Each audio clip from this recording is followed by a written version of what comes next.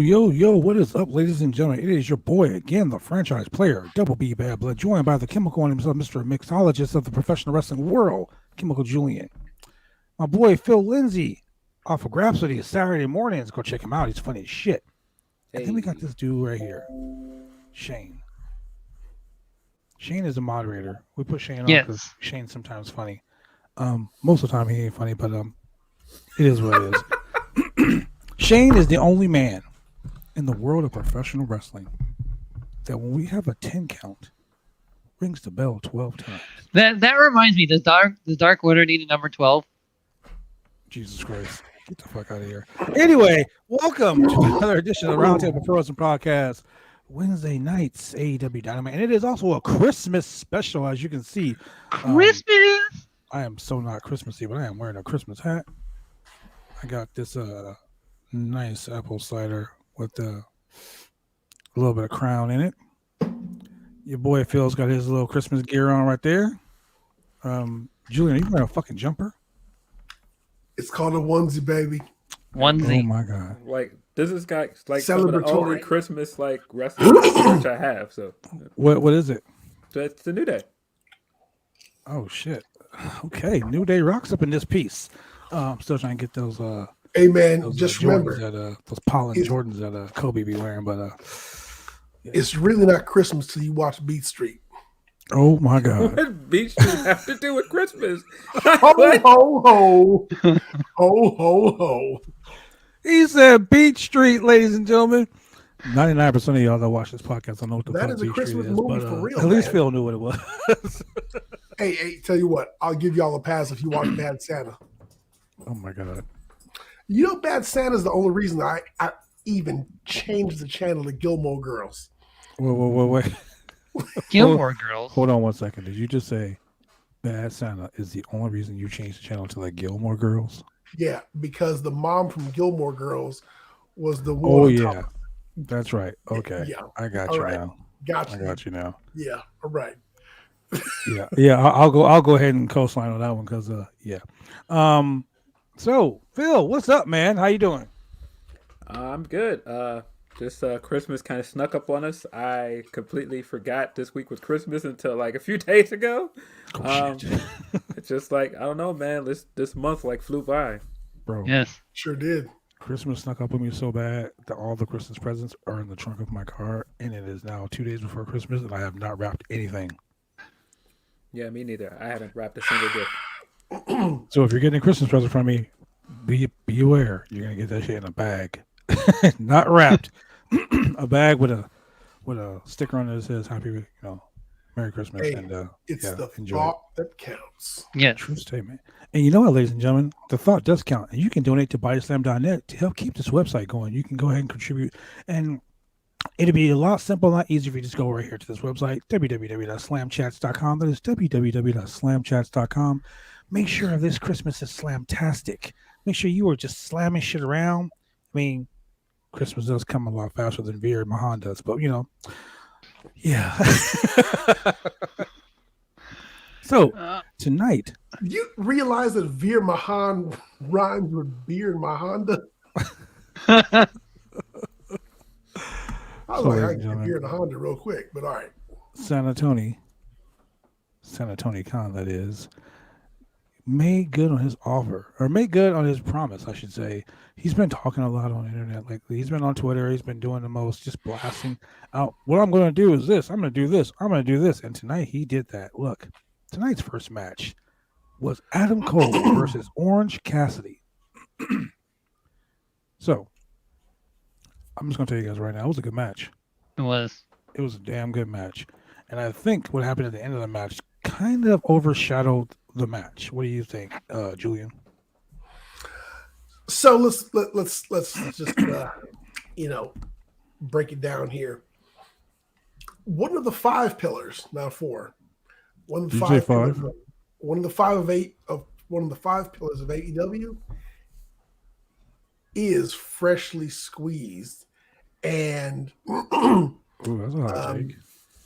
And while he's not an AEW original, while he wasn't made by AEW, I mean, hell, who was? he deserves a lot more respect, I guess, than what he's getting from the Super Click, what's Super soon Elite. to be the Super Elite, what's soon to be the don't give Undisputed. it away yet. Don't give it away yet. Okay. Anyway, so let's talk about the match. Let's not talk about what happened after the match. Yeah, let's talk about that. Oh, okay. So I mean, it was a very good match, but believe it or not, I mean, yeah, for I mean, well, hell, okay. Adam Cole always puts on a good match. Yes. Orange Cassidy usually puts on a very entertaining match. So I mean, between these two, I don't think you could do too bad, and they did great tonight. Funniest part for me was the spot where they had been pounding each other just left and right, and Orange Cassidy started giving him those lazy kicks, you know. His lazy kick spot. Whoa. Yeah, then Adam Cole goes for this clothesline, and Orange Cassidy ducks it and kicks the shit out of him with a stiff super kick. Yeah, bro, it was pretty sick. So Shane, what are your thoughts on this match? Let's just get it out of the way. I thought it was really good, and it was very undisputed. This fucking guy, man! I am so glad you weren't on here when we were trying to not spoil Spider-Man, because you would have been like, "Oh my god, Spine Buster by the Goblin." I would have just had to kill you. Damn, Phil. I thought this was good. I mean, I don't know, man. I am one of those guys that I think Orange Cassidy is kind of underrated in the ring. When they had that tag match, when it was him against him and Fish against wow, why am I trying to blank? Against Yuta and it was Yuta and Orange Cat, Yuta and Cole. It was a great match, and I was like, okay, I want to see them in like a singles match, and so this like lived up to expectations. I think like all of the stuff where Orange was kind of playing around with Cole, and then like he wouldn't take him seriously, and then he would kind of like make him pay for it. I thought all that stuff was good. For a minute there, I thought Orange Cassidy was gonna win the match until we got some interference. No, it was. I mean, he did. He came close to winning like a couple times, and Orange Cassidy, he really is a very underrated guy in the ring. I mean, those Ricky Steamboat ass arm drags, beautiful. He is hella athletic. I mean, just hella athletic, and it's evident by, for anybody out there who doubts me or anybody out there who wants to try me, put your hands in your pocket, lay on the ground, and kip up. Most people can't do that without putting their hands in their pockets. So I'm saying. Do a whole only Orange Cassidy can do that. Yeah, do a whole tope with your hands in your pockets, not going through and vaulting yourself off the ropes. Hands in his pockets the whole time. For real. I mean, what people don't realize is the dude got to the top rope, put his hands in his pocket, and hit a fucking drop kick. Okay, I was like, yeah. I mean, Orange Cassidy's money. I mean, he was with Beyond Wrestling and doing this stuff on IWTV for a long time. Is a cult. He has a cult following on the Indies. So I mean, it was only a matter of time before people actually got to see. Dude, he's beyond the cult following at this point. I mean, he's main event dude. Yeah, I thought he proved himself in that triple threat match. I don't think people talk enough about how good that triple threat match was with him and Omega and Pac. Yeah, that was really good. And you're right about that, because when he had that feud with Pac, oh my god, like that right there should have told you he was like a main event player, because Pac's just fucking amazing regardless. So yeah, it was a pretty good match. But the ending is what people were really talking about. I mean, Kyle O'Reilly debuts. Not no 3 of E reunite, but here's the thing though, the UE reunites. And it was really weird because like a lot of people on Twitter were like, "Oh, I bet they're gonna gloss over the fact that Kyle O'Reilly and Adam Cole had their last man standing feud on NXT." Well, they went face to face. Like he's like, "What the fuck are you doing here?" Mm-hmm. So they sold the story a little bit right there. They carried it on just a little bit. We were talking about this a couple weeks ago when Kyle O'Reilly was done with the NXT. and we said if he came to AEW, would they reform the Undisputed Era, and how would it work with the Bucks and Adam Cole? Well, lo and behold, the Bucks came down tonight. They look pissed. They look jealous. So maybe they'll name the tag team FTB. Fuck the Bucks. Yeah, Wow. I mean, yeah, there's money there in a trio in a 6-man match. I think the stuff like Callis spying on them a few weeks ago and listening to their conversations, that means like Kenny is kind of like kind of on the outs with the Bucks. We haven't seen it yet, but he doesn't know he doesn't know what the Bucks did at the end of the title match.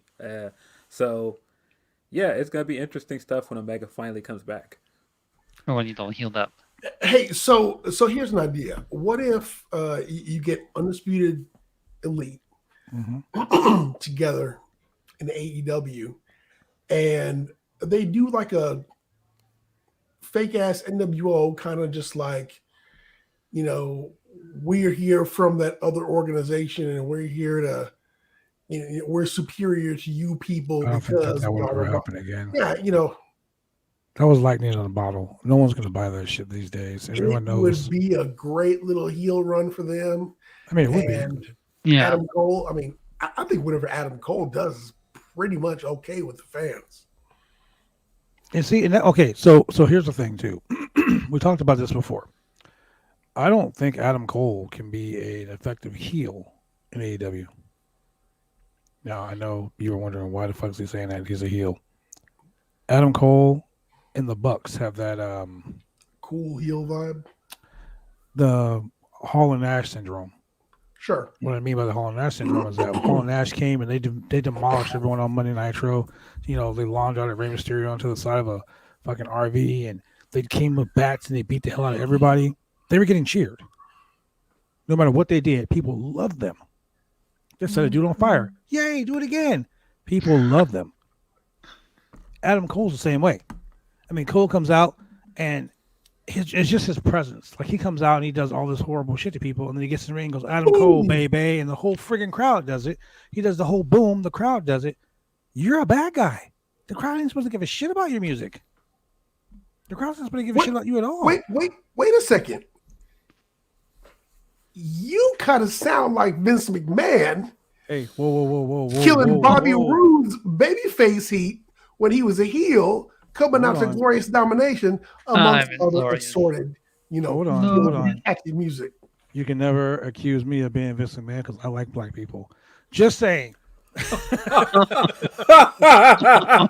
High five. Yep, hottest of hot takes right there. Secondly, hey, man. I like wrestling. Yeah. There it is. The two reasons why I can never be Vince McMahon: one, I like black people, and two, I like wrestling. Oh, and the third one, I'm not gonna fire people for no fucking reason at all. And then 162 people. And then come online and make a joke about it. But can the three coexist? The C you word. coexist with Shane all the time. So I mean, I'm just saying. The naughty C word. The naughty C word. Yeah, that was pretty funny. Naughty C word. But this whole Undisputed Era thing, like, I have a okay. So I think, and this would be just me thinking out loud, the AEW Trios titles are coming up. What do you think about Kyle O'Reilly, Bobby Fish, and Adam Cole being the Trios champions? The Bucks, the tag team champions. Kenny Omega come back as the heavyweight champion. They do the whole New Japan Bullet Club gimmick. Well, the Bullet Club had all the titles: the tag team titles, the junior tag team titles, the IWGP heavyweight title. You know what I mean? I can kind of see that happening, unless. So the tag team titles, the trios title, TNT title. No. Cody has all the TNT. Unless the Bucks turn face, and the Bucks are getting beat down week after week after week by the Undisputed Era. And who should come save them? Not Kenny, but Cody. Because even Dan Lambert said they brought Dan Lambert back just so someone can be more hated than Cody. Hey, I mean, think about that. Here. I don't know. What do you think about that?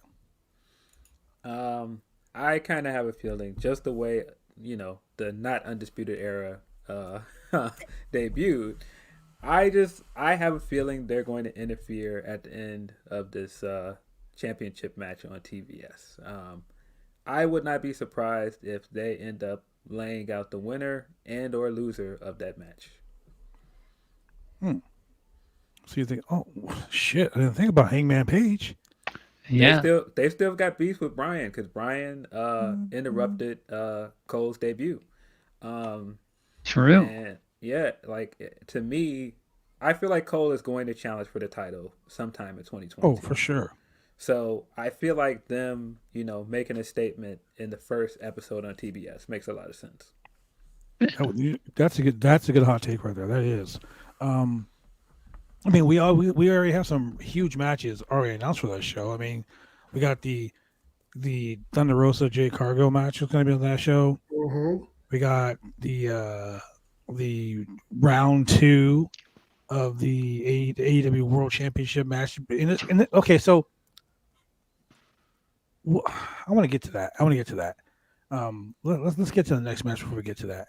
Dan Lambert came out, did a promo, whatnot. They announced Adam Page versus Bryan Danielson live on TBS for the championship. This is Danielson Page 2. Now, I said on Twitter, that thing's hella hot. You took off your Christmas hat. That thing is hella hot. So they talked about it on Twitter. They were like, yeah, I mean, I talked about it on Twitter. I said, I see that they're gonna do a no time limit match, which we kind of expected because after they go to the time limit, the next thing will be a non time limit match. But Bryan Danielson with his fucking judges, like that confused me right there. Why would you need judges? Well, I mean, okay, so I get what he's trying to get at. He's trying to make it a more like athletic, like UFC type, boxing type, where there can be amateur wrestling. Is he building up to a pure ROH title match? That's a good question. Phil, you're shaking your head. I know you got something to say about that.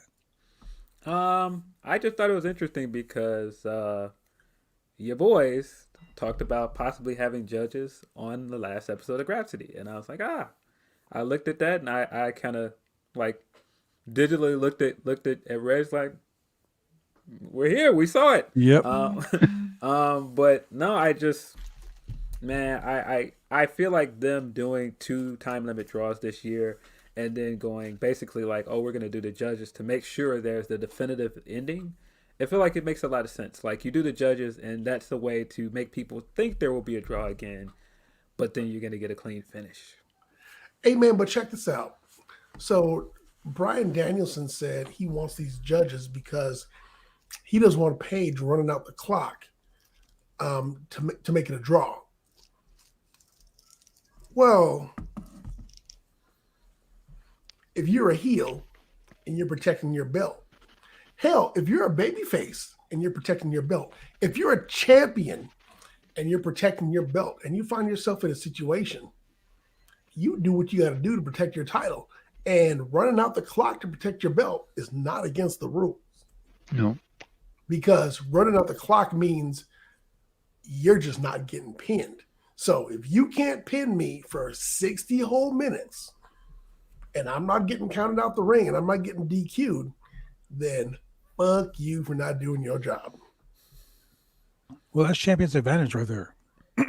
Sure is. Count, disqualification, time limit draw. Champion's advantage. The heel champion will not give a shit about that. Correct. The face champion is going to be like, oh no, I can't do this. I have to win.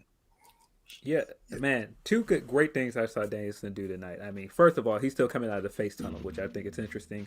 Yep. He still thinks he's a face. Coming out of the face tunnel, acting like a heel. Yeah, and then him introducing the idea of judges is interesting because he's the one that would have lost that match if it only went like a few seconds longer. He very intentionally rolled to the middle of the ring to get the draw because he was going to lose. And I feel like just presenting that level of doubt, like, oh well, I've never been beaten by anyone. No one has pinned me yet, is technically true, but he knows that he almost lost that match. So I'm gonna tell you, this is why I think Bryan Danielson is such a great heel. You said two things right there. One, he's the one that asked for the judges. Yep. Two, he came out of the face tunnel. So to me, he's not being a heel. He's just being a competitor. He wants to win the championship. Correct. He's laying out how he was in the middle. He laid out how he took this guy to the limit. All he wanted to do is win the championship. Now, of course, he's talking shit to the crowd because, hey, it is what it is. But he said this from the start.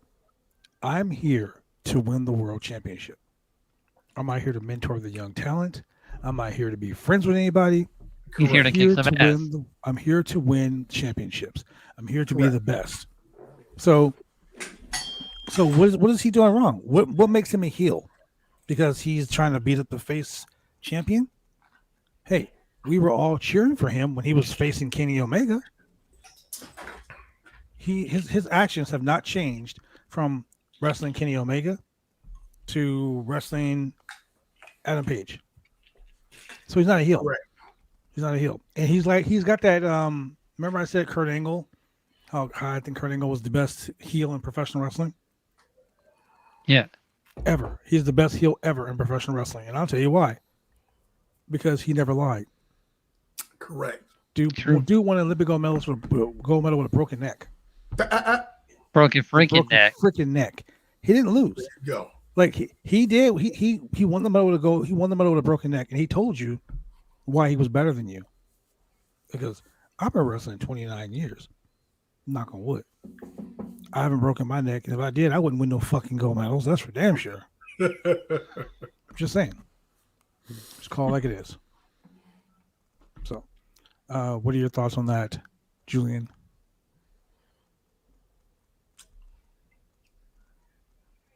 Look, like I said, the American Dragon,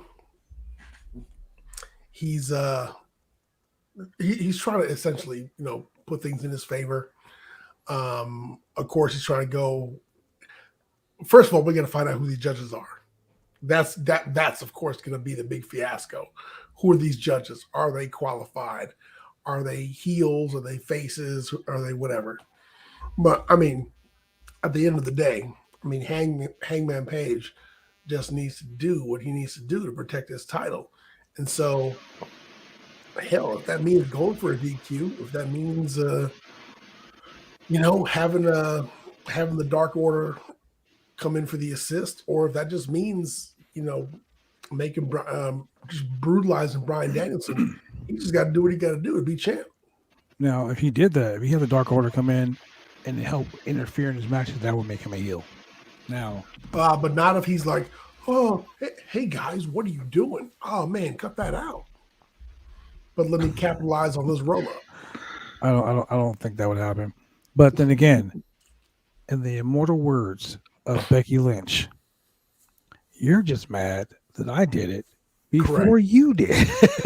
Yes. What was that? I always say, I'm a heel, ladies and gentlemen. I'm the bad man. guy in wrestling. I I'm the said bad it guy last in wrestling. week. But I I said will it tell last you, week when Becky cut that promo on Liv Morgan, she was the face. Becky wasn't being a heel. She was just like, hey, look. Telling the truth. Hey, look. If you really were a student of the game, you would have done the shit first. True statement. Yeah. I mean, she's been saying that from jump. She said that to Bianca as well. Like, no, you shouldn't have fell for the cheap shot. Like, that ain't on me. Yeah. I tell people this all the time. I'm a bad guy in wrestling. I'm a heel. I'm not a heel. I just want to win. And keep in mind, ladies and gentlemen, it's not cheating unless you get caught. Yes. And apparently she wasn't caught because, well, she won. Apparently, if Adam Page should do some shenanigans and doesn't get caught, hey, he's just defending his championship. What's wrong with that? Remember, Bobby Heenan said a pat on the back is just a few inches from a kick in the ass. True statement. Yep. True statement. So we'll go backstage, and the Pinnacle is backstage, cutting a shitty promo. MJF is going off on Sting, Darby, and Punk. Wait, hold up. MJF goes off on one person that really matters here. And who is that? Wardlow. Yeah. So we covered this 3 weeks ago. Man, this is some time. We covered this so long ago. Veer Mahan has just started his journey to fucking Raw. That's how long it's been since we covered that. He delivered his last Amazon Prime package. But it was really smooth. It was really smooth the way they covered it because MJF was like, "Don't I hire you to watch my back?" Never mind. Hey, we'll talk about that later. Yeah, we're better than this. Yeah. So, the Pinnacle backstage cutting a promo, MJF. It made me laugh a little bit because if you look at MJF and you look at FTR, they kept saying they were the kings. The three of them were the kings of wrestling. They were leaving out for Wardlow. They were leaving out Wardlow and Shawn Spears. Yeah. Yes, they were. So what is that saying? They don't like him. No, there's some dissension there. What do you think, Phil? Shawn Spears has been relegated to sign guy. Hey, man. This Wardlow dissension storyline has been building for a while. I feel like eventually he's going to break out and he's going to be the Batista of that group. Yep. And I mean, like the Shawn stuff, like Shawn is fine with just being a hit guy. Like he doesn't care. You just send me to hit somebody with a chair. That's it. Like he doesn't feels care. good. He's good with his spot. He's good with coming out there with the suit jacket on with no shirt under it. And then Jordan's with a beanie. Yep. Oh man. It's funny because you're talking about how Wardlow is going to be the Batista of this group. Wardlow has a 27-3 record. 14 wins in a row, right? Man, that is crazy. From powerbombing people 3 and 4 times in a row. And I feel bad for poor Sean Dean. Oh man, my boy, He got Captain. destroyed. Chicago representative, man. Salute to Sean. Sean Dean. Man. Hate that it was you, brother. Hate that it was you. Man, I do hate that it was him because 5 power bombs. Like, did he get any offense? No, Like, didn't, no, man. This was the match. He kicked him in the Wardlow stomach. just Power bomb won. Got in there, destroyed him, and get out. It was like Sid Vicious all over again. Yeah, I was hoping Carly Bravo was gonna come down and try and at least save him or something. No, I was like, man, I know this guy had friends. I see him posting pictures with friends online. Where y'all at? Like, what's going on? Right? I know My he man, has friends. Yeah, no Hey, kidding. and if y'all really want to get a job at AEW, y'all need to be friends with Sean Dean. Just saying. Yeah, it was pretty bad. But when we talked about the Dan Lambert promo already, but let's talk about Britt Baker. Oh, look, MD. I don't know if anyone else caught this, but I caught it like right off the gate.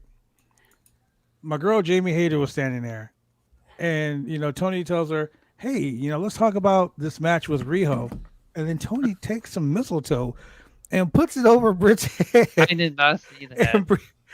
And Jamie Hayter slapped it out of his head, and Britt was like, "Are there flies in here?" Surprise, bitch. Not to mention that earlier in the night, Tony was so salty about Adam Cole. Oh yeah. Oh my God, he Oh, was yeah. so fucking salty. Tony was salty all night, man. His commentary during the main event, he was not feeling your boy MJF, man. Ooh. He was biased against MJF. Bro, he said, "You're a piece of shit." I was like, "Whoa, Tony." We're sick of this yellow-bellied coward guy. Get him out of here. That wasn't even the funniest heel commentary of the night. I think the funniest was Darby coming down to the ring and Tash just going, "This guy, I'm sick of this guy. Get him out of here." Hey man, so check Wait. it out. But Taz really was salty because they mentioned Jim Ross is coming back, and he's like, "Oh, Colorado gets a AEW graphic. I should get one that says I'm not here anymore." Yeah, he did say that. Taz on heel commentary is always not good, here. man. Tony was like, "Don't worry, we can work that out." Man, those two chemistry is just funny as shit. Oh man. Yeah. But so the Britt Baker promo, Britt Britt basically went off on the fact that she made the division. She was like, I built this division and I've been here since day one and made no one going to take this from me. And she was going off. Like the way she was cutting that promo was like, she was kind of shooting a little bit on the promo. I felt like it was some real personal shit. Was she shooting or was she talking truth? It was a little shooting going on. It was a little Christmas story references in there. I'll shoot your eye out. Shoot your eye out, kid. Yeah, I mean, hey, but my thing is you gotta give Rio her credit, man. Like I feel like Rio in that first year was having some great matches, and I still, all love to Britt Baker. I still think that Sheeta was the best AEW Women's Champion. I'm sorry, people are they can disagree with me all they want, but You I think that Rio was the best women's champion? No, I said I think that Sheeta was the best women's champion. Like that year-long run, those pay-per-view matches she was having. Yeah. No, she was a fantastic champion. Okay, Sheeta was good.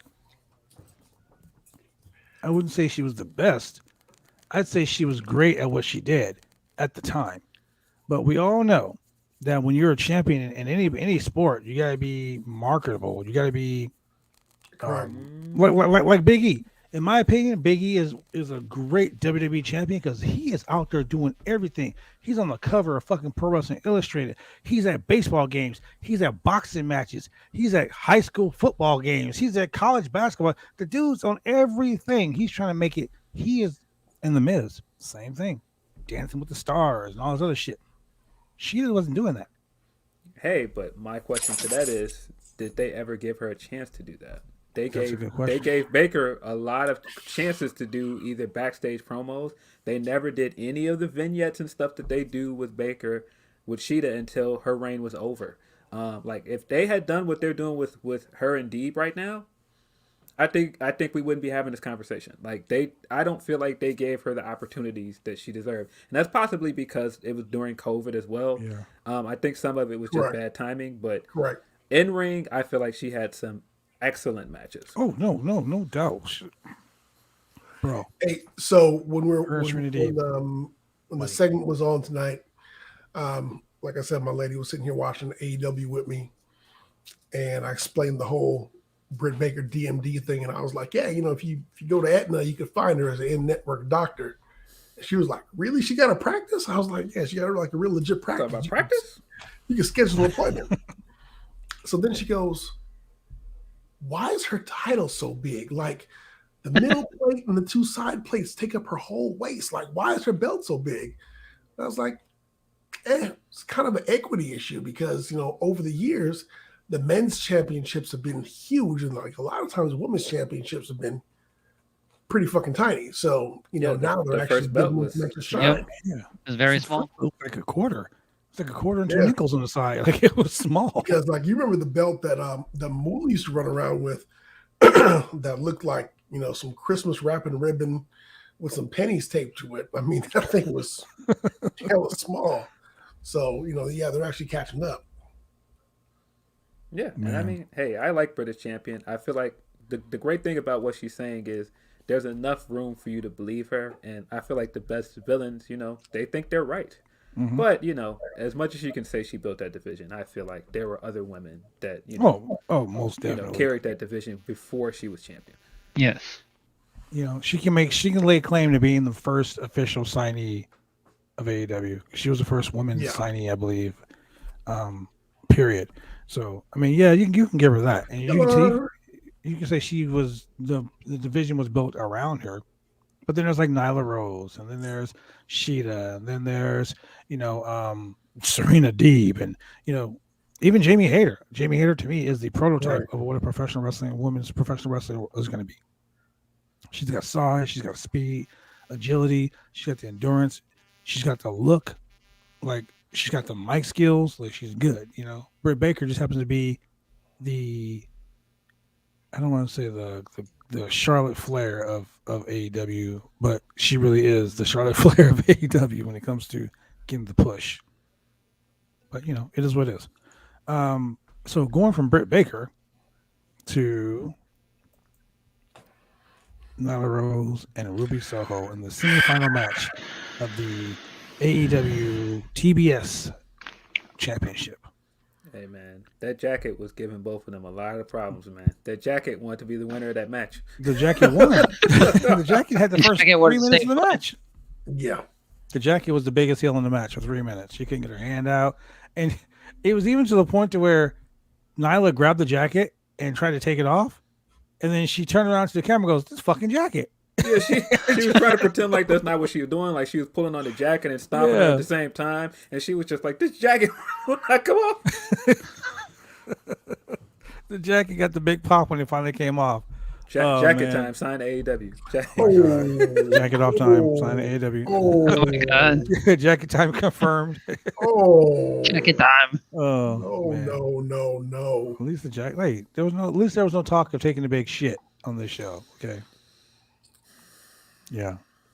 Anyway, the match is really good. Like solid. It was really solid. Like honestly, Ruby Soho played the heel in peril. I mean the face in peril. You know, she was getting her ass kicked the whole match, and she came back with some really great stuff. There was a lot of near falls. Yep, sure in did. The finish. My God, the finish, great. Phil, you posted something on Twitter about you were like, this is a fun match. Why do you think it was such a fun match? No, it was a lot of fun. I think, I think Nyla is very underrated. I don't think people give Nyla nearly enough credit. I think both of her tournament appearances this year, she proved why she was champion at one point because she was extremely good in the Eliminator tournament earlier this year. Mm-hmm. And I feel like she was great in this tournament as well. And I think people just kind of sleep on her because, her title reign just came at a poor time. Like, it was right when COVID hit. And she never really got, like, big defenses under her belt.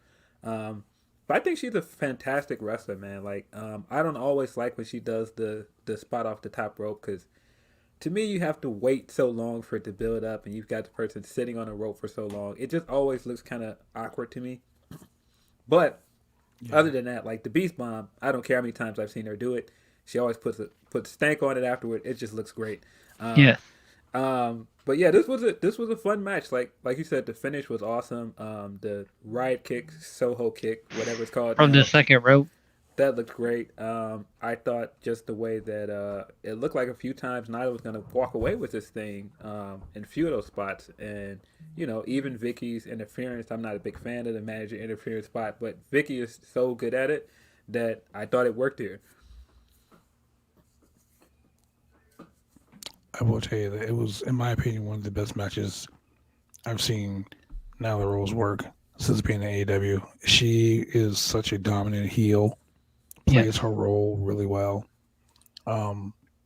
Not even pausing for the bullshit in the crowd. Oh, she flipped them off and kept rolling. Yeah, correct. Legit, like strictly professional. Which, I mean, guys. Props to her for keeping them professional on that. Hey, people, we talked about being kind on Twitter, and we said, hey, don't write nothing online. Like, if you write something online, write it with the idea in mind that the person you're writing to is going to show up at your house tomorrow. Real shit. Like, are you really going to say this to their face when they show up at your front door? Of course not. Now, let's remember. I'll just say this. I'll just say this and let it go. I'll just say this and let it go. You talking shit to fucking Nyla Rose because you're behind the guardrail. Correct. Guarantee if Nyla Rose walked up to you on the outside, you wouldn't be saying that shit. She would beast bomb you for real. She'd make you eat that fucking sign. Legit. So with that being said, shout out to Nyla Rose. Strictly professional. Proud of you for that. Great match all around. I will tag you on Twitter with this so you can watch the show. I would really hate to see a asshole fan be the victim of a spot getting blown. You know what I mean? Hey, spear me through the guardrail. We're going to talk about a spot being blown by the camera guy later on. Oh yeah. Later on. We'll talk about that shit. Shout out to our boy Toby. Toby says, how you guys doing tonight? Doing well, sir. Doing well. Thank you for joining us here on this crazy show. Happy holidays to you. So before we go any further, let's go to a quick commercial break, and then we'll be right back with more of the Roundtable Pro Wrestling Podcast. Drive me insane!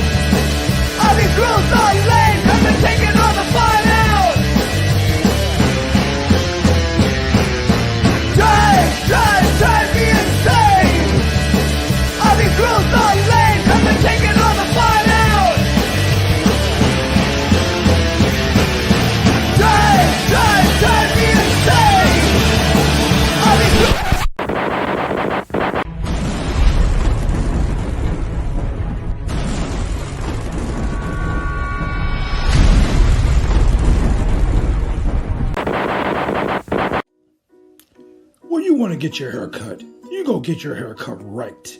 You head down to Big D's Barbershop. Big D's Barbershop, Vancouver, Washington's best and brightest.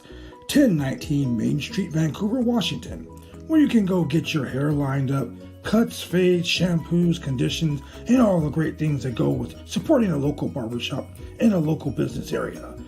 You can also reach them online at www.bigdsbarbershop.com. Go get your haircut right.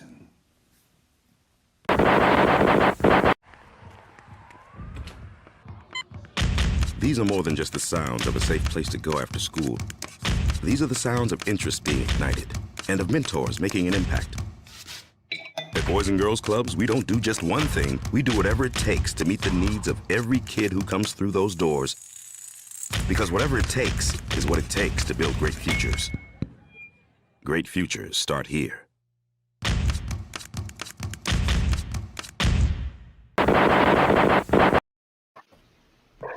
That's right, ladies and gentlemen. Great futures who start the Boys and Girls Club. And man, I gotta go to Big D's to get a haircut tomorrow. Gotta get that razor fade so I can look good for Christmas. What do you guys plan on doing for Christmas? Julian, what do you plan on doing for Christmas? For Christmas, I am staying home. The family is local. We're going to hang out. We're going to have some good food. We're going to open presents. We're going to have a good time. Hey, my kids are grown, so, you know. What about you, Shane? I'm going to my grandparents' house on Christmas Eve. Gonna have some enchiladas, and on the 25th, I'm going to my aunt and uncle's house in Camas, Washington. Wow, just telling people where you're going to be so they can come stalk you. Good shit. I'm going to get some enchiladas at his grandma's house. What about you, Phil? What you got planned? I don't know. Probably gonna do the family thing on Christmas Eve. We usually like do a big get-together then. I've got some other stuff planned Christmas morning, but that's pretty much it at the moment. Well, none of you said you were going to watch Hook take on a bear on Rampage. Like, I'm trying to watch Hook take on a bear. Yeah, hey, probably am gonna watch Hook on Christmas Day. Probably take will on not a bear. Be watching SmackDown on Christmas Eve, but you know. On a Saturday? Yeah, it's on Saturday. It's at 8 Central Time on Saturday. Yep. Is this the new Christmas tradition of Rampage? I don't know. I think maybe they're trying to not have it on Friday night because it's Christmas Eve. But other than that, I don't know. Okay. Still real to me, damn it. Still real to you. Well, speaking of still real, let's get back to this whole craziness, man. God. This show was off the hook, man. And then we have this real mellow. Call it what it is. It's a sacrifice match. No. We're not going to talk about that. Okay. Let's talk about the mellow moment. The Owen Hart video in terms of. Yeah. All right. The video was very, man. Whew, I caught myself tearing up a little bit in that video, man. Right in the feels. I'm not going to lie. Certain superstars talked about how Owen Hart affected them and in this industry. I remember my very first time experiencing Owen Hart. It was Owen Hart and Brian Pillman, and they were in Stu Hart's Calgary Stampede Wrestling. Me being a Canadian, I enjoy watching those videos and watching those matches. And I got to meet Owen Hart one time. Owen Hart was it was at the Los Angeles Sports Arena. That shows you how long it was. The LA Sports Arena. It was Bret Hart, Jim the Anvil Neidhart, and Owen Hart when he was the Blue Blazer. Mm-hmm. And the Blue Blazer was facing Terry Taylor as the Red Rooster. Yeah, believe that. It was at the LA Sports Arena, and Owen Hart came out to the ring wearing that fucking feathery blue and white outfit, and I was like, wow, this is like a friggin' superhero. And he did that moonsault from the top rope, landed on his feet, and I'm like, ooh, I want to do that. So I quickly learned how to do a moonsault. It was freaking awesome.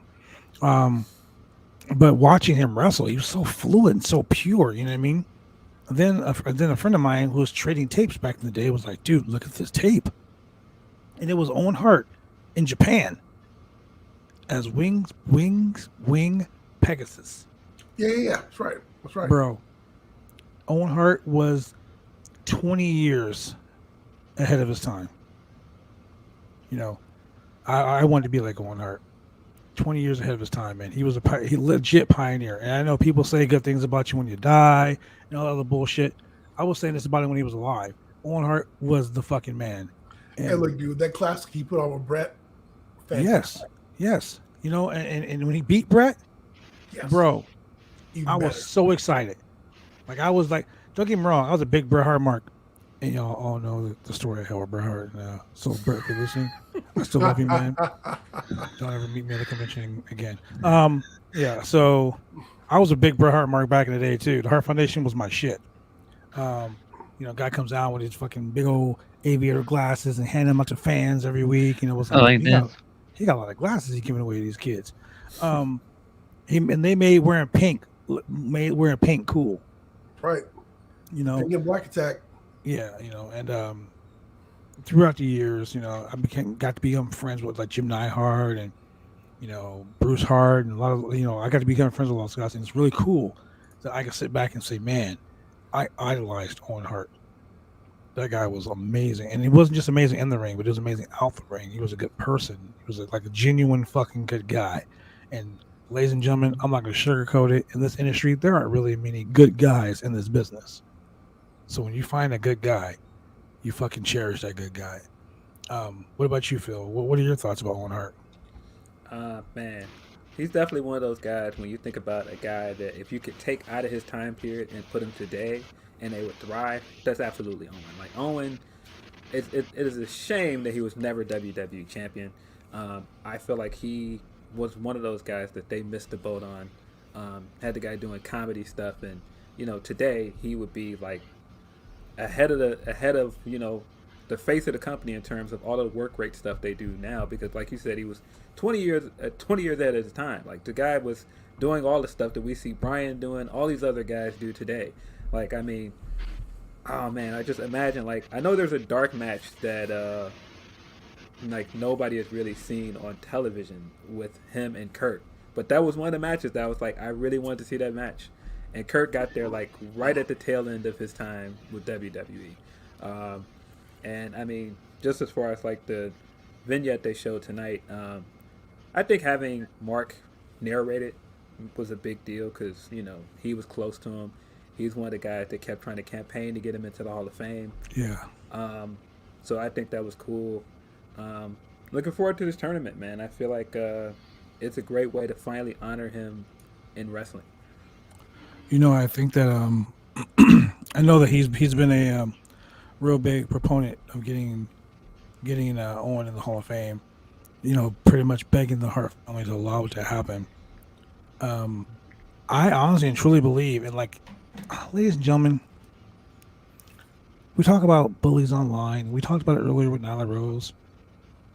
Look, AEW may not have been the place where Owen made his name. No. AEW may not have been the place where Owen made it, you know, became famous. AEW may not have shit to do with the Hart family. No. But the simple fact that someone is actually out there wanting to put on something in remembrance of someone. You know what I'm saying? Like, get over it. There's a whole bunch of people online. Oh my God, Owen was a WWE guy, and the AEW is just using this to get cred. They're using this for clout. Like, dude, seriously, he's there. I mean, this show is going on because the WWE obviously aren't gonna be allowed to do this. Mm-hmm. As a wrestling fan, I don't give a fuck if the indie company down the street did it. as long as someone was respectful, honored the memory, and did it for the family and the fans, and not just a monetary cost or a monetary benefit to you, whatever. But in my opinion, AEW is doing a good thing by holding this show and making it a men's tournament and a women's tournament too. Let's just be honest. WWE wouldn't dedicate the time to do this. No, they would not. What are your thoughts, Julian? I know you had something to say. So, number one, you're absolutely correct. Owen Hart deserves all the accolades that he deserves. He's one of those wrestlers who would have fit into the AWA. He would have fit into WCW, NWA, WWF. I mean, all-time periods. I mean, the guy was just a classic. He put on great matches. Unfortunately, he was kind of overshadowed by Bret as Bret's younger brother. I do believe that if he was alive, he would have lived on to be a WWE champion. It's really unfortunate that he passed away as soon as he did. I do personally feel that because Owen's family does not want to do business with WWE, they do blame WWE for his death, which, in a lot of ways is justified. I mean, he did die on the job working for them. And there was a lot of negligence involved, and there were a lot of settlements and, undisclosed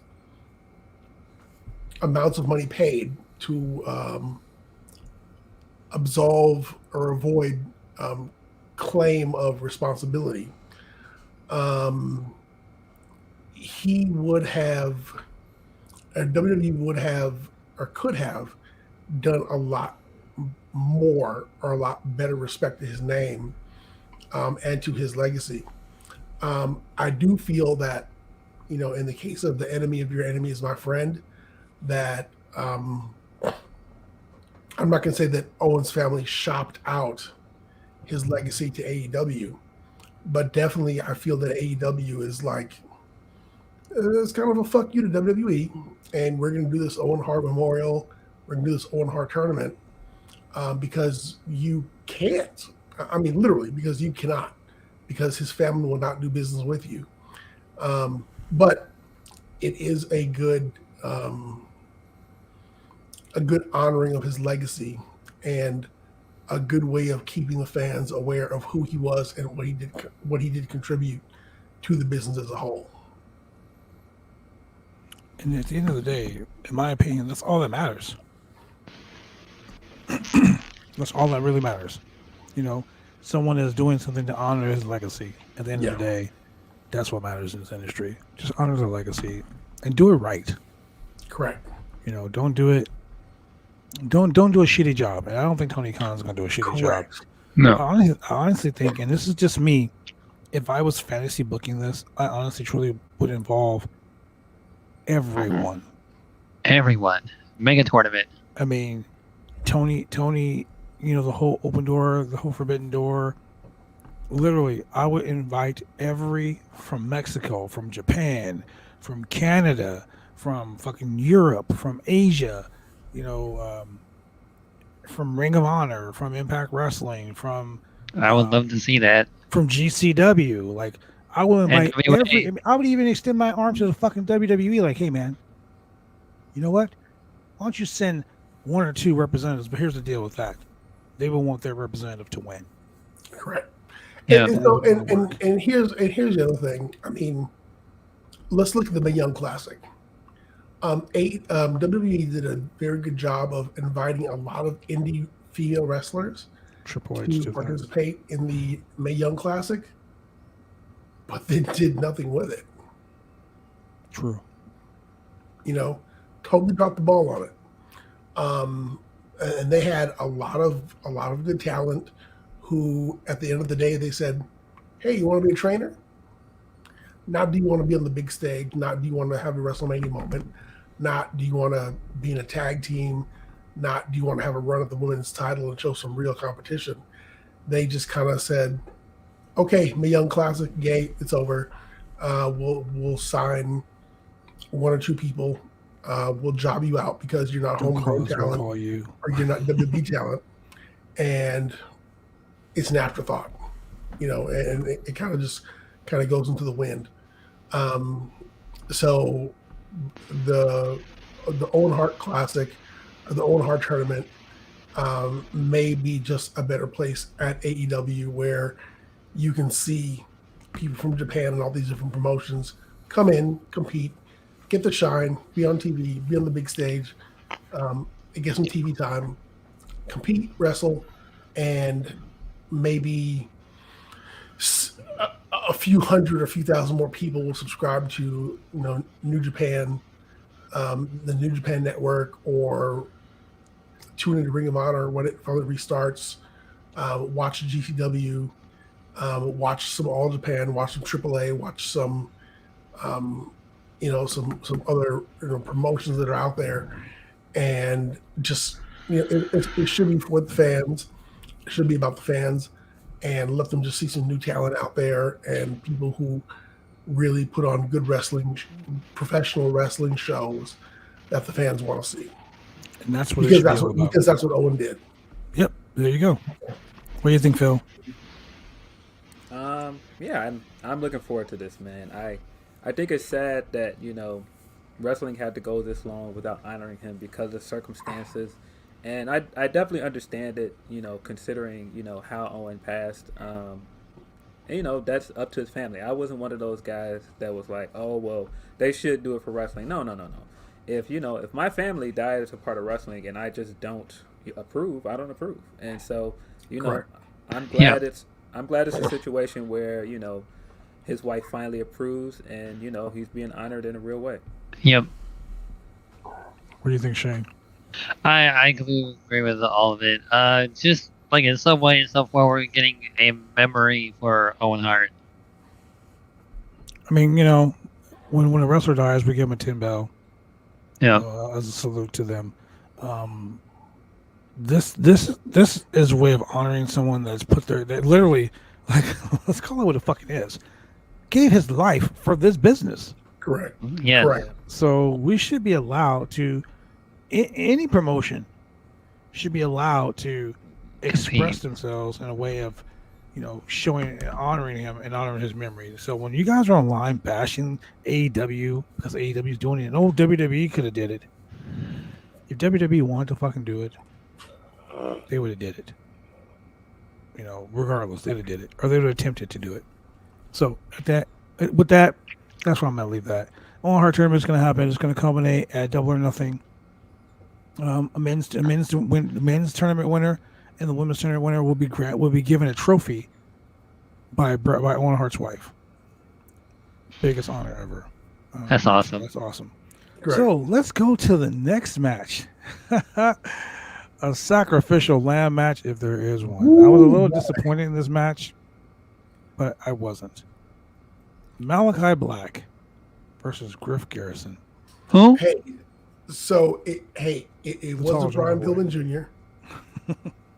Brian Pillman Jr. skated on this beat down, this squash match of a match, and his partner took one for the team. Yeah. And he literally was sacrificed to the House of Black. And that was it. I mean, that was really it for the show. The match lasted about 2 minutes.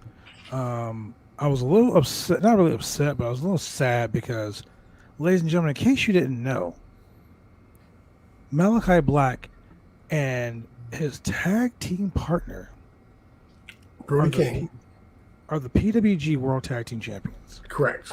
Okay. Brody King is a vet. He's the guy that was trained out of Santino Brothers Academy. As a matter of fact, tomorrow we'll drop an interview with another Santino graduate who is now a GCW star. I'm not going to throw his name out there just yet, but I will later on. California staple. Exactly. You know what I'm talking about. Yep.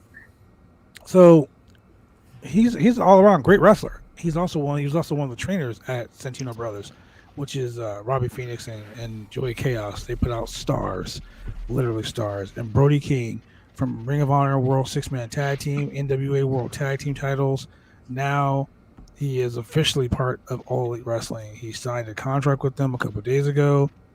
I was really sad that he didn't debut like tonight, but Correct. San Antonio said every show he's gonna give us something new. So he gave us something new on this show with Kyle O'Reilly. The whole House of Black gimmick, I'm glad that he's gonna start adding more people. I was kind of hoping that what's her name? Julia? The valet. Who? Abandon? Abaddon? No, not her. The valet for Julia Hart. Julia Hart. I really wanted Julia Hart to come dressed like. Okay, you guys watch the movie Grease? Yes.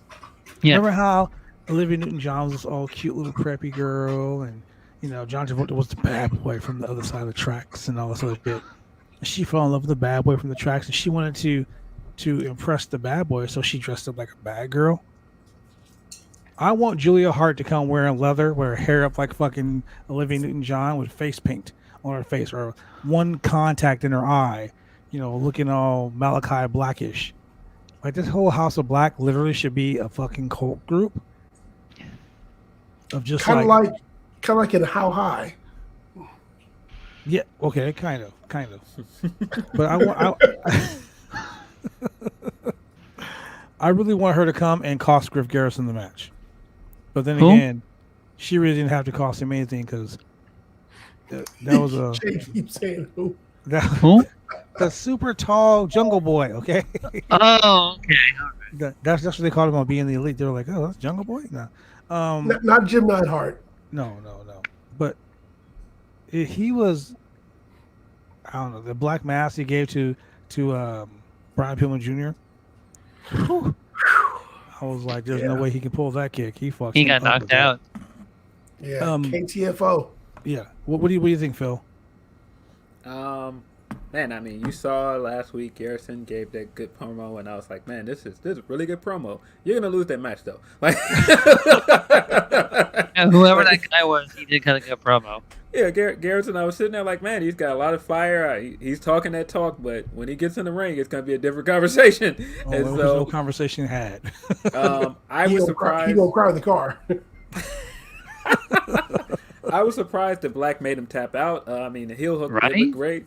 And, then, Brian tried to step in on his behalf, and I was like, oh, no, don't do that. Put him right to sleep. Yep. Right to sleep with that black mask. I was like, I was like, please don't get involved. Just sit down. Just sit down a bit. Took a seat. Yeah, I mean, man, you're talking about one of the best finishers in wrestling, man. He always lands that thing perfectly. I mean, depending on how guys sell it, and I mean, Pillman sold that thing amazingly. Yeah, just really, really awesome black mask. I was like, we're not going to see a black mask in this match. And then after, I was like, there it is. Okay. It was so bad. Like, oh my God, it was so bad. Like, somebody got to go night-night. Night-night. To set your alarm clock. He kicked him so goddamn hard. I just looked like my notes. I will read you my notes. Notes. This match is going to last 2 minutes. Oh, and shit. How long was it? Kicked him in the face. Oh, shit. He's down. That's it. Those are my notes. That's it. That's it. I was expecting more out of it. Let me rephrase it. I was hoping for more out of it. Nah. Yeah, that obviously didn't happen. Good way for Malachi Black to get over. Good way for him to continue on his reign of terror, so to speak. But here's the thing, ladies and gentlemen.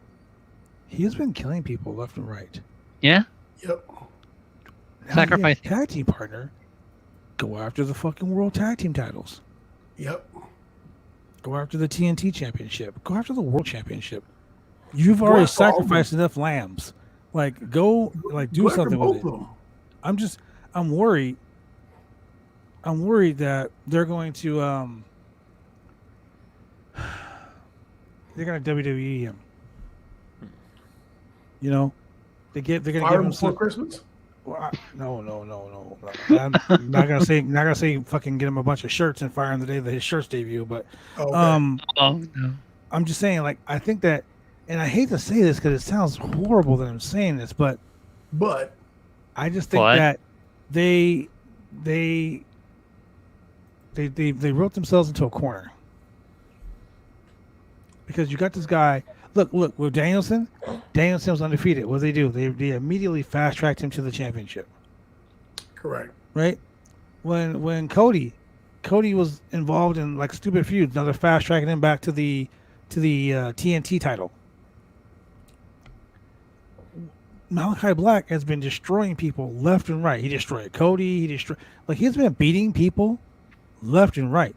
Give him a shot at a championship.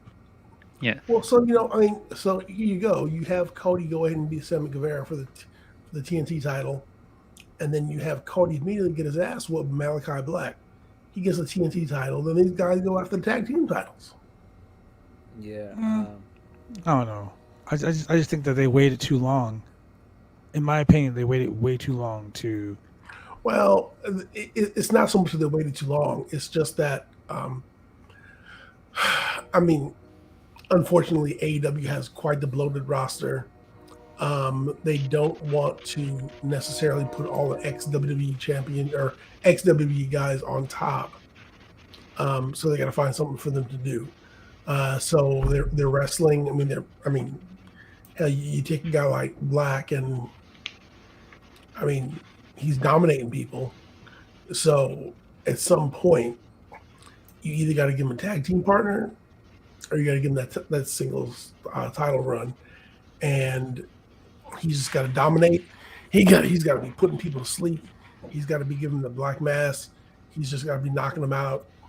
And the fans probably would cheer for Cody going night. Yeah. I don't know, man. I'm kind of on the fence because I feel like he's in that camp where the Fiend was at one point, where he doesn't necessarily need a title. He's already over enough without a belt, and I feel like he comes out and he does the entrance. People always enjoy it.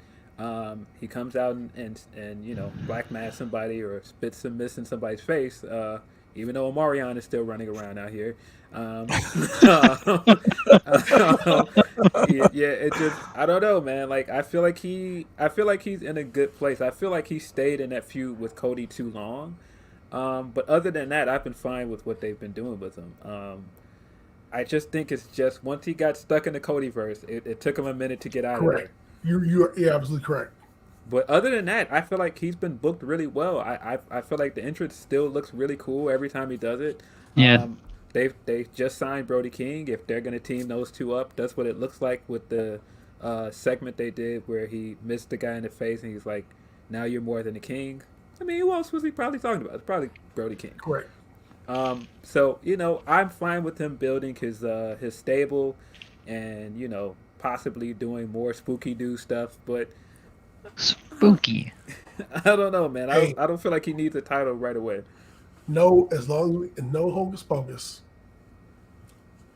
no lightning, no smoke, no teleporting, none of that Well, he shit. does teleport. He teleports in his entrance. No, man. I don't know if you want to call that teleporting. He's already like halfway there to the ring and everything. He's not doing no Matt Hardy, popping around to different parts of the Okay, ring. that was dumb. I'm glad they got away from that shit. I'm so glad they got away from that shit. So, yeah, it is what it is. He's going to keep on dominating, and eventually they'll look at his win-loss record and say, okay, this guy's got to go for a singles title or a tag team title, and they'll just go ahead and let him go and dominate. And based on the win-loss record, do it like WWE used to do. First you get a tag team title, then you get a mid-card title, then you go to the championship, and that takes years. By the way, but it's something for them to. It's still a progression, as far as the fans are concerned, as far as the wrestlers' career is concerned. I would say Black is in a better position than Andrade is. Andrade is like Yes. I don't know where we're going with Andrade at this point. and but Is Andrade still there? Yeah, he's still there. I mean, I feel he's like recovering from that flaming table. yeah, Hey, he's taking boat rides with Charlotte. hey, man. That's another story for another day. Another story for another day. Yeah, I mean, I don't know. I feel like we all know what happened with the Andrade thing. Like they had their guests ready, lined up to be his manager, and certain information came out. They had to exonate the plans on that. Yeah, I feel confident Malachi will get up there eventually, and they'll keep him strong till then. I want to see. Yeah, I would love to see Black versus Danielson. Black versus Hell Danielson. yes, I'm here for that shit. I'm here for that. Samuel, speak that truth, baby. All day. Sammy Madden, ladies and gentlemen. So let's get to the chase. Let's get to the main event. Shut up! Don't do it, Julian. Don't do it. Time for talking Shut up. We don't do that on this show. We do not do that on this show, ladies and gentlemen. We are not going to. It's time for the main event. No. Oh, you said it. You said it. Though. You don't like that? Right? Okay. He's the only one that doesn't like it. Okay, so I'm. These are my opinions, ladies and gentlemen, and mine alone. They do not reflect those of the Roundtable Pro Wrestling Podcast or BodySlam.net. These are my opinions and my opinions alone. I fucking hate that. Really? I hate it. H-A-T-E, capital H-A-T-E, hate it. But come on. I mean, it's the main event. Main event. Trios match, and the time for talking is over. Time for talking is over. For the main event. Yes. There's not enough crown in this drink to make me like that. I don't know. I Three love it. against one. When I went to the show in Chicago and I went to the Rampage, the whole crowd said it along with them. It's over. I don't know. It's a catchphrase. My mom is from Chicago. My mom was from Joliet, so I'm not going to badmouth Chicago right now. Although I hate the Bears because I'm a Packer fan. Fuck the Bears. Oh, you're a Packers go fan, Bears. really? Yo, man, hey, don't do it, Phil. Don't do it. I like you, Phil. Don't do it. Packers. Not that team. I hate that team. Bro. You see right behind me. I own stock in that. I got. They lost the Lions this week, but still, I mean, that's still my team. Despise that team, and I'm not even that big of a Bears fan anymore. But You were a Bears despise fan. that team. Despise the Packers. Oh my God. Don't look, Phil. I like you. Please don't tell me you like the Vikings. No. Okay. Whew. I was about to ban you from the group. I am a Bears fan if I am any fan. I mean, to be honest, like, hey, here we go. Look at. Oh Yeah. Oh, my stomach just turned inside out. Oh, and my mom's from Chicago. I should be a built-in Bears fan, Bulls fans, White Sox fans. Hey. Yeah. Anyway, Well, the time we're talking is over. Let's go to the main event. I just The don't main understand. Like, you're a fucking Hall of Famer, and like literally, they brought you to AEW, and that's your job. That's right. Hey, There's man, so many other things he's you can do. But he does It's a great over. job with those interviews before. He does. I Hey, think he just does a good imagine, job. man. He's in the back. He's on a scooter. He got one knee on an speaking arcade of- bro blade. He's rolling around. He's just doing what he can do. Speaking of backstage stuff, I thought that the Sheeta segment they showed after the women's match was great. Well, it wasn't Sheeta, it was Deeb. Yeah. And I thought just like the short promo she cut to basically let us know that the feud is not over, which I'm very happy about that because all of their matches have been great. Yeah. I'm looking forward to a fourth match. If they want to give us like an Iron Woman match or like a 2 out of 3 falls match, I'm here for it. Serena Deeb Please, is great. God, I'm here for that. We are always here for an Iron Woman match. All day, every day. They could go the distance. Yeah. They're so Yeah. amazing. Yeah, I would love to see them because that was my only gripe last week. I was like, I think the women should have headlined that episode of Dynamite. I feel like they had the better match. But if you're giving us a fourth match and it's possibly a stipulation match, that's the one. Let them main event Dynamite and kill it. Main event. You know what's funny about that whole thing, as you just mentioned, and now you said that, it really makes me laugh because that would be an amazing match. Oh my God! Guess who just followed me on Twitter? Ooh. Baby doll. Who? Are you talking about the character from Five Heartbeats?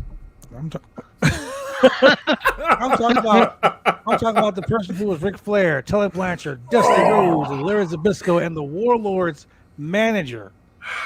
Oh, I was about to say, man, no, Baby Doll. Oh man, Baby Shout Doll. out to The other Baby Doll. Yeah, I gotta. Yeah. Ooh, that's gonna be a good interview to get that. Whew, Baby Doll. I'm an NWA mark. I'm an NWA dude. Look at the belts behind me. Them all NWA titles I won. I'm an NWA guy. I thought you were gonna ask her. So what made you go back to Eddie Kane this second time? Like, Wow. Wow. Oh, 5 heartbeats. Yeah, I'm wrong for that. Shane, I know the fuck we're talking about. He over here laughing. Laugh along. So the main event, we got a trios match. We discussed a little bit of it earlier, but Sting, Darby Allin, and CM Punk versus MJF and the New Midnight Express, the FTR. Shout out to Mikey Ruckus because that fucking intro bangs. yes, it does. So CM Punk in Ultimate Warrior face paint. Darby Allin and Wait, but you gotta remember CM Punk in Ultimate Warrior face paint with Stinger tights. Was it Ultimate Warrior face paint? Surfer Sting. It felt like Surfer Sting. It was wasn't Surfer Yeah. Sting, but he had Yeah. Sting's Surfer tights Sting. on as well. he was Blade Runner Punk. Blade Runner Punk. Okay, that That's right there, I can go with amazing. that. That's amazing. So we had Blade Runner Punk, we had Darby Allin skating on his skateboard, and we had CM Sting coming out with Chicago face paint and a CM Punk shirt on, and a CM Punk shirt. which was Buy kind the of cool. merch. People buy the merch. That's right, WWE. That's right, AEWshop.com. But then MJF came down, and he came down with FTR. Now, the best part of this whole thing for me, because I'm a huge, I pay attention to gear and I pay attention to things like that. MJF was wearing FTR trunks that said MJF on the butt, Yep. but they all had the same logo on the side of the tights. MJFTR. That's called matching gear right there. Yeah, Shut your man, mouth. get the Shut your yellow. mouth. The Yeah, yellow. they look like a team. But the funny thing about it is, during the 6-man match, Correct. MJF didn't do shit, but he Not did a get his damn thing. steps in. He did get his steps in when he took off up the colonnade, getting chased by CM Punk. I fully expected something to happen up in the colonnade. So I don't know. But the match was pretty good. Highlight for me, Sting hitting a fucking crossbody off the top rope. Whew. Sting is what? 57 years Still old? moving, still 63. How old? 63. 63? Yeah. Like Sting is 2 years away from getting SSI, ladies and gentlemen. He is 2 years away from Social Security. 2 years away from I get getting. the joke. He is 2 years away from getting the Denny special. Okay, ladies and gentlemen. He's doing shit that 25-year-olds are doing. And he wrestled better than Goldberg. Killing it out here, man. That's not saying much. Killing it out here. My cat's supposed to go back. And he didn't promise to kill nobody. True. If he did, he probably would deliver. Unlike Yeah. Goldberg. Right. But Sting hitting cross bodies. Sting worked like a lot of the match.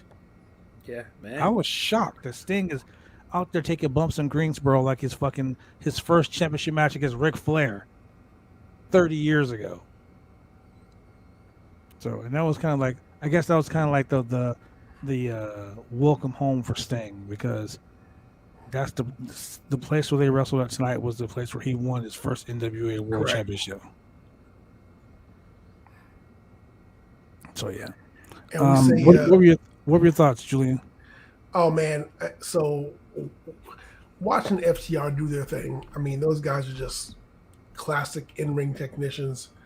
They worked a good amount of the match. They took a lot of bumps in this match. They were getting thrown around. They were flying out the ring. And MJF, of course, just played a chicken shit heel the whole match, not wanting to go against CM Punk. And, we don't necessarily know if FTR felt let down by his performance. We know for sure that Wardlow didn't come down and have his back, which is what he's paid to do. But yeah, Sting looked fantastic. Darby Allin looked great. Punk spent a lot of his time just chasing MJF, really just trying to get his licks in. But the match definitely served to continue their feud and set them up for the next main event where they're actually going to face each other in the ring in a singles match. It's the second time Sting has accidentally on purpose low blow fooled me.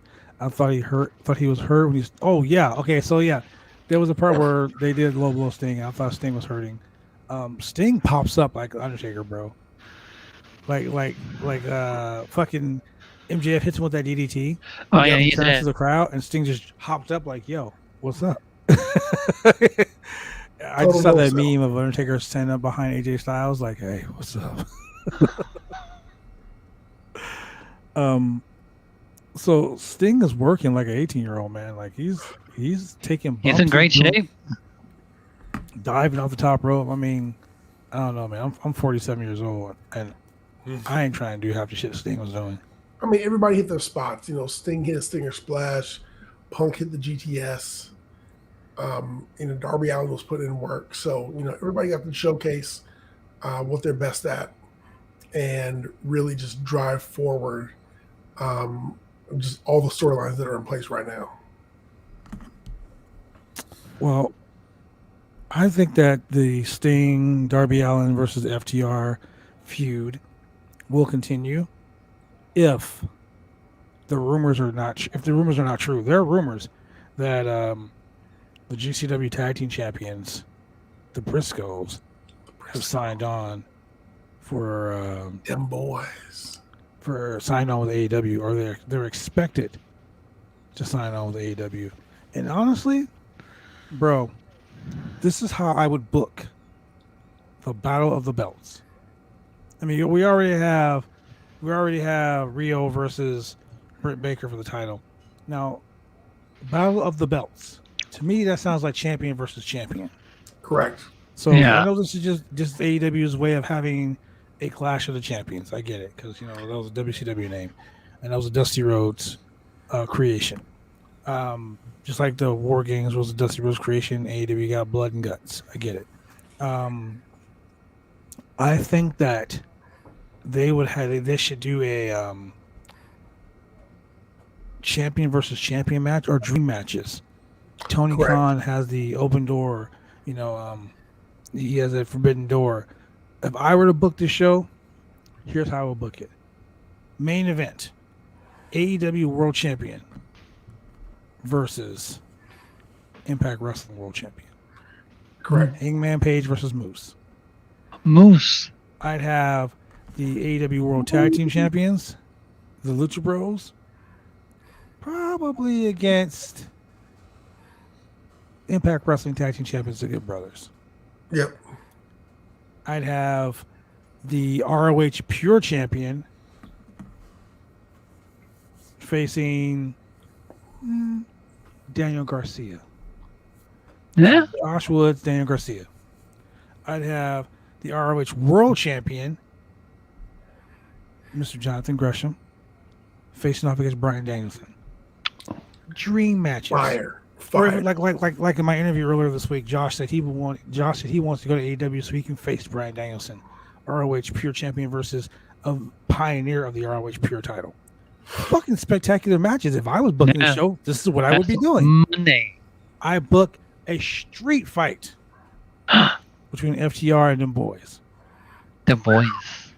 Just the AAA Tag Team Champions versus the GCW Tag Team Champions. Titles versus titles, champions. It doesn't have to be titles versus titles. Around the Champions world. versus champions. That's what the Battle of the Belts means to me. Correct. Maybe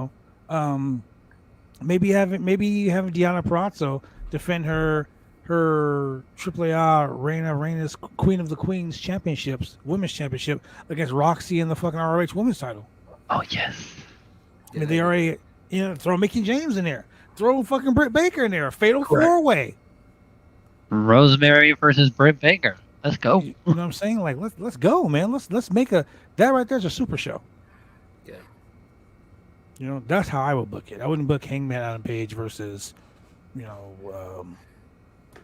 Wardlow for the title, or fucking Britt Baker versus Riho, and FTR versus Sting and Darby Allin. Like, you can have those matches every fucking week on Rampage and Dynamite. Have some superstar dream matches.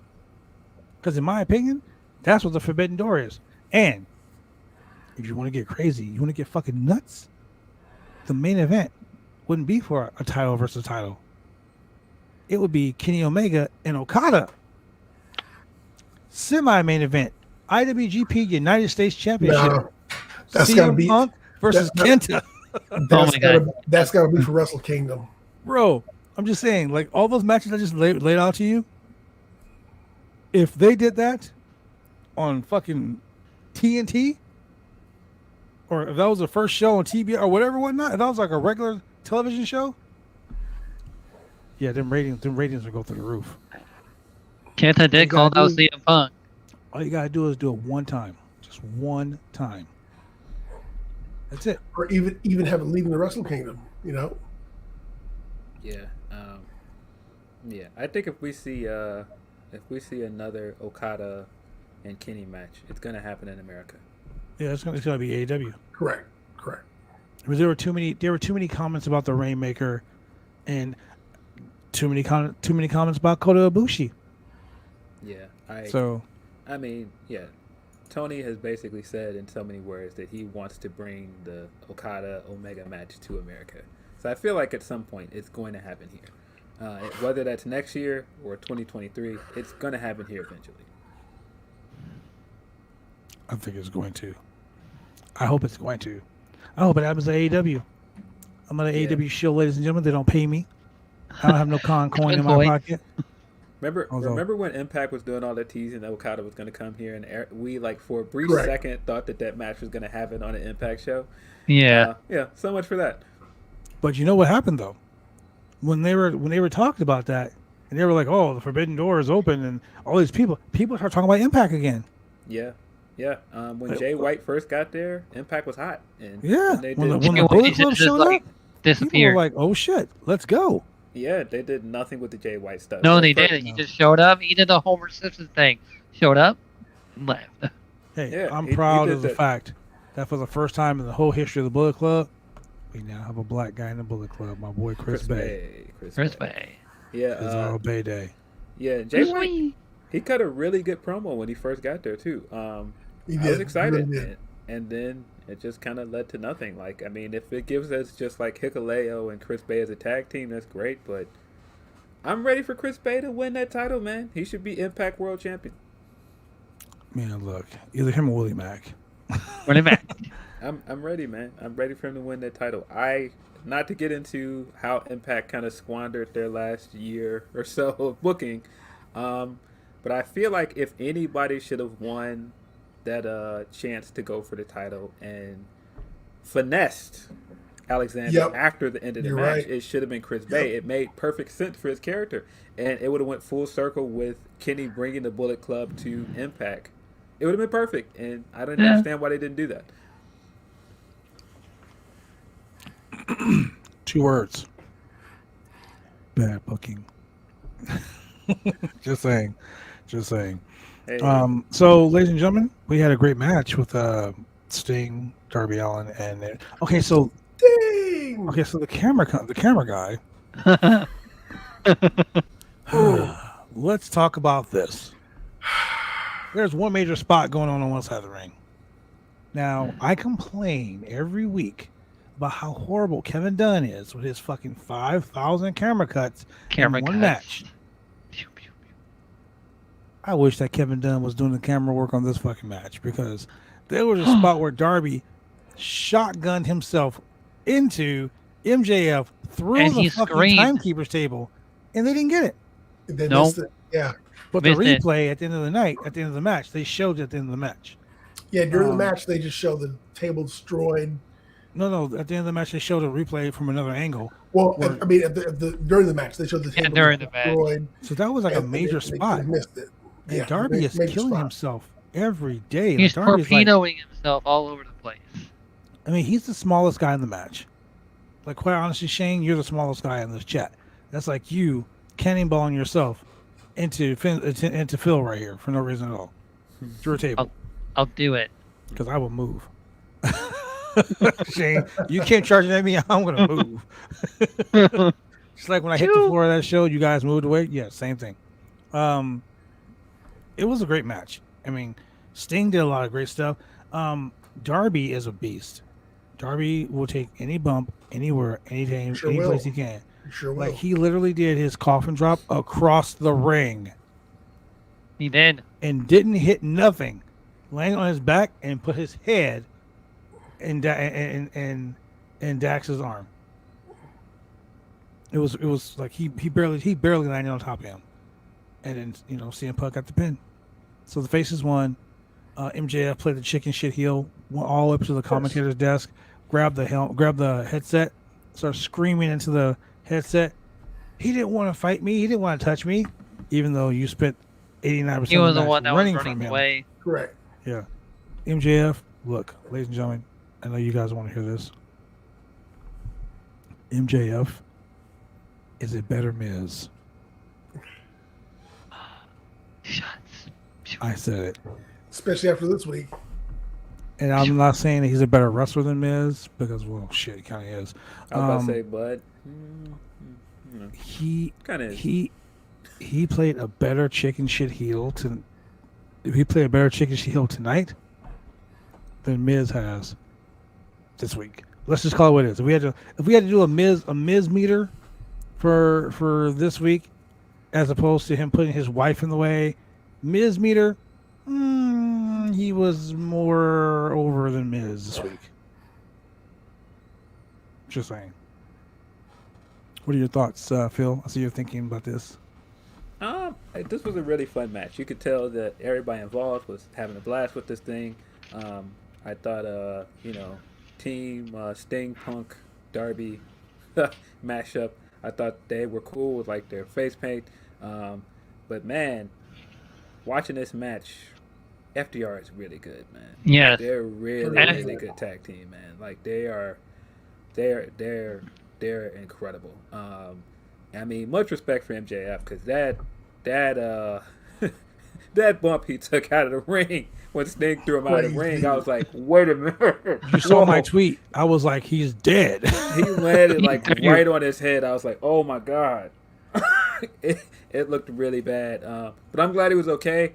Of course, the other spot that stands out is Darby doing that suicide dive out and just like bowling 3 guys over like a bowling pole. It was just like, where does he pick up that kind of speed to get that dive off every time he does it, man? Like it's crazy. That's a good question. Like it looks like he's like getting fired out of a cannon every time he does it.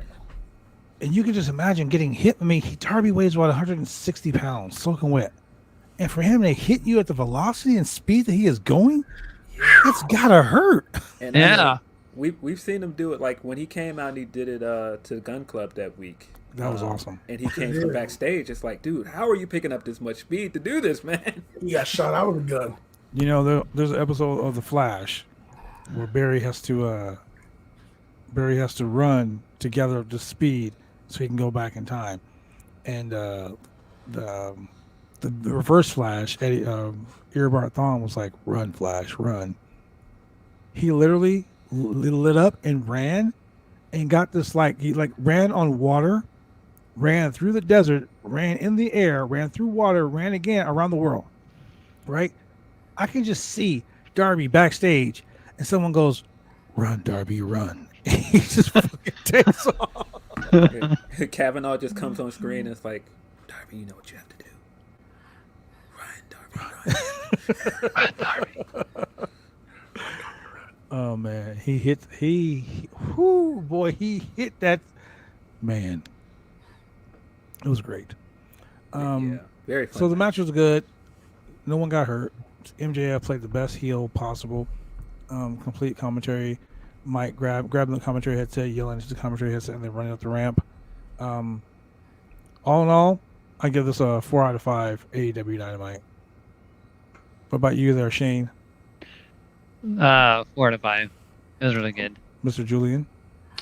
3.5 to 4. Wow. 3.5, Wow. 4. What about you, Phil? I think 4 is a good number. I think the only low spot for me was some of the dragging when they had like the Lambert promo. Even though I feel like that promo did served its purpose because I think Scorpio is going to challenge for the TNT title soon. Yeah. I just feel like the men of the year are just so good that they don't need Lambert. Personally, I feel like they're better without They him. don't. Yeah, Ethan No. Page is good on the mic. I don't know why they need a mouthpiece. Yeah, they don't. Paige is good on the mic. They just don't need him. And I mean, every time I watch him do the promo for them, I'm watching the two of them do like the facial expressions behind it because they're much more entertaining than him. Correct. I don't know. Like, and I feel like it's time. I feel like you've got to strap up Scorpio soon. He's one of those guys that's been there killing it as a singles wrestler for a long time. It's time. Like, I feel like if anybody should have beat Cody for the title, it should have been him. I mean, of course, happy to see Brody get his run. But at the time when he challenged Cody, he was hot. He cut that great promo on Dark, and then he just kind of went away. The same thing, he won the ladder match and lost his title match, and then just kind of disappeared again. I'm like, all right, man, give this guy his run with the title. Correct. He's playing his role. That's what it is. All in all, ladies and gentlemen, it's been a great show. Before we go, Phil, I gotta ask you, man. We've been going back and forth on Twitter about this. What did you think of the final? Like, what did you think of the last episode of Hawkeye? Yeah, I loved it. Bro. I thought I loved it. As a fan of Kingpin, I was glad to see him. Vincent D'Onofrio, man. Whew. I loved it. I think people are kind of jumping to conclusions off of the ending of it. I won't spoil the ending of it, but I like where they're going with this. I like the fact that Kingpin is on the board now. I love the Echoes on the board now. You might have a certain blind lawyer showing up soon. Correct. I love it. That'd be great. I mean, as of right now, for those who didn't watch Spider-Man Far From No Way Home, I'm not gonna spoil it like Shane. I will say, now that certain Marvel Netflix shows are now MCU canon, Correct. Ah, man. bro, it is about to go down. Hey, for those of you who don't remember, there was a collection of comic books in a trade paperback called Bring On the Bad Guys. And in Bring On the Bad Guys, they had the origins of people like Kingpin and Green Goblin and other villains. And it was all villains. And pretty much your villains and bad decisions drive storylines forward. So if you want to see your heroes get challenged, hey, and I was talking to my lady today about Jessica Jones. To me, Jessica Jones was slow until the Purple Man started doing his thing. So, I mean, as far as villains go, Kingpin is always going to be up there. He's a puppet master in the back. He's manipulating things. He's making things happen. And, you know, Hawkeye's going to spend a lot more time putting those ice packs on his elbow and his shoulder and his head. You know, just to get the job done. It was great. I mean, he wore the same outfit that he had on the cover of Family Business with the Hawaiian shirt. I thought that was great.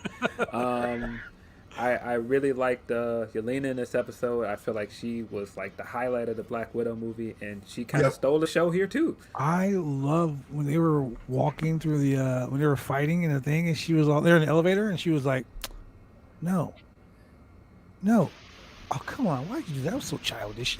I'm like, she's so calm, and then you look at her face, and she's just Florence Pugh. I fucking love you. She was made for that character, man. Correct. In the Black Widow movie, she stole the show there. She stole the show here. I was a little sad when they were on the ice, and after she did what she did, that there was no fucking hug. If I would have been Hawkeye, I would have been like, "Oh, come here, Yelena. It's okay. Let's be friends." But I will say this, and I said it on Twitter last week. Mockingbird was just they just showed you Mockingbird and no one was paying attention. I noticed that. Yep, I'm glad you did. I was going to message you about that. I'm glad you did. For those who don't know who Mockingbird is, Mockingbird was a agent of S.H.I.E.L.D. And Oh. Hawkeye's wife. God damn it! You just told everybody. Figure it out, people. Man. Figure it out. See, West Coast Avengers all day. Trying to keep secrets, trying not to let the cat out the bag, so to speak. And this guy over here is like Hawkeye's wife. That's her. We got spam chats. Yep. You should do your job and put those users on timeout. Anyway, with that being said, ladies and gentlemen, thank you for joining us here on another edition of the Roundtable Pro Wrestling Podcast. Phil, let the people know where they can find you at. You can find me at PhilDL616. I've seen people saying words, but won't mention my name or my Twitter handle. That's my Twitter handle. You can find me on Twitter. You got beef, tweet me. Don't get on your podcast and say stuff about me and not say my name. Just gonna throw that out there because people keep playing. If y'all got hate with Phil, y'all got hate with me. Fuck it. Time for talking. Don't mess with Phil. I said it. Phil, hey, when's the next time you're gonna hold a Twitter space? I don't know. I did think about doing one on Friday because we're not going to have a new episode of Rhapsody on Saturday because, of course, it's Christmas Day. Christmas. So, I thought about doing one through the Rhapsody account. I might still do that. By the way, follow at Rhapsody Pod if you don't already. Rhapsody every Saturday at noon Eastern on Fightful's YouTube channel. That's with me, Will Washington, and the man Righteous Reg. Ladies and gentlemen, the show is funny. I listen to it every Saturday morning, and then sometimes on Monday because it's funny as shit. I enjoy you guys. I enjoy commenting on you guys. I enjoy talking to you guys. I enjoy teasing Reg about the fucking beans, all that cool stuff. Yeah, Shane, where can they find you, my man? Well, they can find me on Twitch at Husky_518. My next gameplay, I'll be playing Skyrim. Let me know when you don't play Call of Duty, man. Get that vac. I don't play Call of Duty. Just too overrated. Sorry. Oh man. It's just too meta. Oh wow. Shane, you just got a timeout. I'm gonna go ahead and do a Sean Ross app here. No. And mute. Anyway, I'm not a great muter. Julian, where can they find you at, Julian? Oh, you can find me on Twitter and Instagram at Chemical Julian. And speaking of which, where can they find us 3 times a week? Man, well, since you want to know, let the people know. If you're in the Portland, Oregon area and you want to watch the show 3 times a week, hey, Mondays at 10 p.m., Channel 22 Xfinity TV, Channel 8002 Xfinity TV. Tuesdays at 9:30 p.m., Channel 23 Xfinity TV and Channel 8003 CenturyLink TV. And finally, you can also find us on Wednesdays at 9:30 p.m. on Channel 11, both on Xfinity TV and CenturyLink TV. Man, oh man. We are everywhere, doing everything. Look, man, if you want to listen to us, if you're driving around in your car and you're like, man, I really want to watch these guys, but it's against the law to watch a video while I'm driving my car. Although I do that shit. I'm just saying, it's against the law. I don't want to get a ticket. Pretty dangerous. You might not want to do I that. don't want to kill nobody. I'm going to go ahead and mute Shane again. So when you want to do all those cool things, what you do is you go ahead and you just go check us out on Google Podcasts, Apple, Spotify, Pandora, Amazon Music, iHeartRadio, and all the major podcast platforms. We are everywhere. If you want including Podcast Addict. Yeah, if you want to get some cool wrestling news, ladies and gentlemen, you can go to bodyslam.net for all your needs and all the opinions, the Rampage spoilers. Don't go there yet. All that cool shit. You go to www.bodyslam.net. You know what else, ladies and gentlemen? We enjoy you being here. We love the fact you guys come here every week. It's been a great day to have you guys on here. Phil, even you, Shane, Julian. It's been a great thing to have you guys on here today. Christmas is coming up, ladies and gentlemen, so I don't think we should do a show on Friday. What do you think, Julian? I acknowledge your decision. I acknowledge Adam Woods as my tribal chief. That's right, ladies and gentlemen. Adam Woods from According to Woods, also on the bodyslam.net network. Okay, so you can find us, like I said, on bodyslam.net. You can find us everywhere major podcast platforms are. You can donate to BuySlam.net to help keep the website going so we can continue to bring you a wide and entertaining variety of pro wrestling and MMA related content by going to www.slamchats.com. That is www.slamchats.com. Become one of our Slamtastic slammers that can go ahead and slam Shane's ass constantly. Ladies and gentlemen, this has been your boy, the franchise. For Phil, for Chemical Julian, for Shane, thank you for joining us here at the Roundtable Pro Wrestling Podcast. And don't forget, check out Phil Lindsay on Twitter. But don't be in his DMs and don't be talking shit. Stop trying to bully my boy. All day, every day. Twice on Sunday. And with that being said, we are out.